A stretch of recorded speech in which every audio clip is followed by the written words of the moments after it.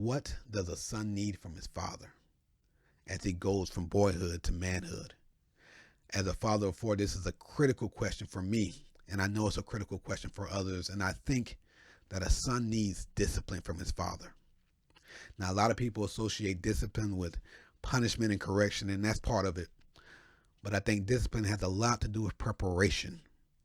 Preparation for our sons as they go out into this world, preparation for the man that they are called to be. In fact, if you look up the word discipline, you'll see the words like instruction, training, student. We are called as fathers to instruct our sons, to guide our sons, to prepare our sons for this world. So I just want to talk about discipline for the next few minutes. The first aspect of discipline is vision. Without a vision, the people perish. Without a vision of what your son is supposed to be doing, without a vision of a standard, principles that he's supposed to live by, without an understanding of what God has called him to do, he's just going to be floundering. Without a purpose, a man will spend his time on pleasure. My dad had a vision for me when I was young. When I was 6 years old, he put me out in the backyard and we started doing running back drills. He had a vision from when I was young that I would be a running back. And it worked. 15 years later, I found myself being a running back in college. When a son has a vision to go after, it's very powerful. What about you? What vision do you have for your son? A man of courage, a man of integrity, a leader, a servant, confident, competent. What do you see out of your son and how do you get him to that point? Because it's a journey. The other day I saw my son doing something that was not becoming of what I wanted him to be. I wanted him to be strong. And he was doing something, I can't remember what it was, but he was doing something that I felt like that's not strong. So I said, stop being soft. You know what he said to me? And he said it kind of in a joking way. Dad, I'm sorry that I'm a soft boy. That was not the response I was expecting for him. I meant my comments as a way to motivate him to be strong, to be the man that I know that he can be, but he took it as my identity is soft.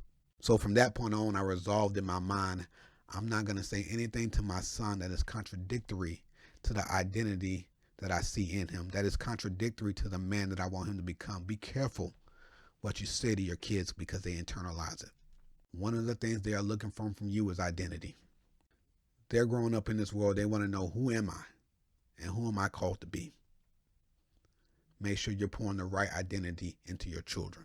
The next part is accountability. And accountability is holding somebody responsible for their words, their actions, and their behaviors. Now, accountability is an important part of discipline, but it is difficult. The Bible says that no discipline feels good at the time, but it's painful.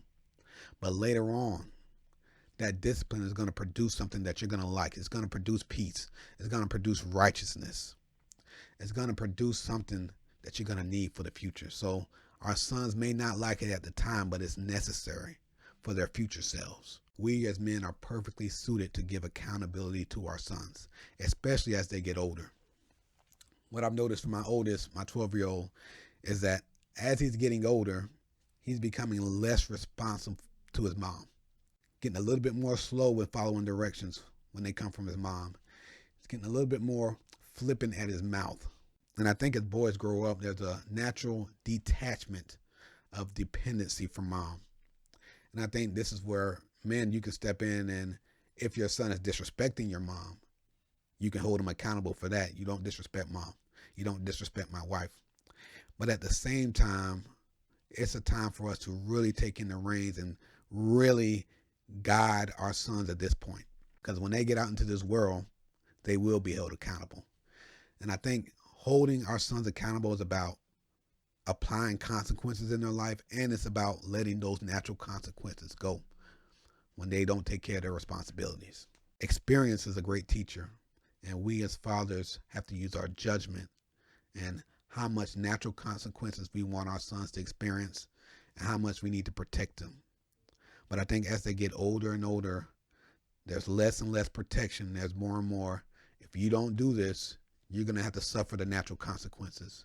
If you save your son every single time he makes a mistake, he's never going to learn. Allow him to experience those consequences. of failure, experienced those consequences of not handling my business, experiencing those consequences of you weren't where you were supposed to be. And as he experiences those, he doesn't have to wait till he's 20 years old, 25 years old to experience that, because he will. We know this world is unforgiving. He will experience that at some point. So prepare him for that. And lastly, probably the most important part of discipline is relationship. Rules without relationship is going to lead to rebellion. Our sons need to know not only that we love them, but that we like them, that we want to be around them. And the way to do that is quality time. Spending time together doing things that you enjoy. Now, this may seem simple, but we're in different generations, so we enjoy different things than our sons. Or at least that's the case for me. My oldest enjoys playing with Beyblades. I didn't do that when I was younger. My son wants to watch Dragon Ball Daima, or whatever you call it. I grew up on Dragon Ball Z. And in the end, it's not about the activity. It's about being there with your son. It's about establishing that relationship, that connectedness. Another reason you need relationship is that you can lay down the law pretty easily as they're younger, 2, 3, 4, 5 years old. But as your son gets older, more and more you're going to need his permission to lead him. You're going to need his permission to instruct him and to guide him.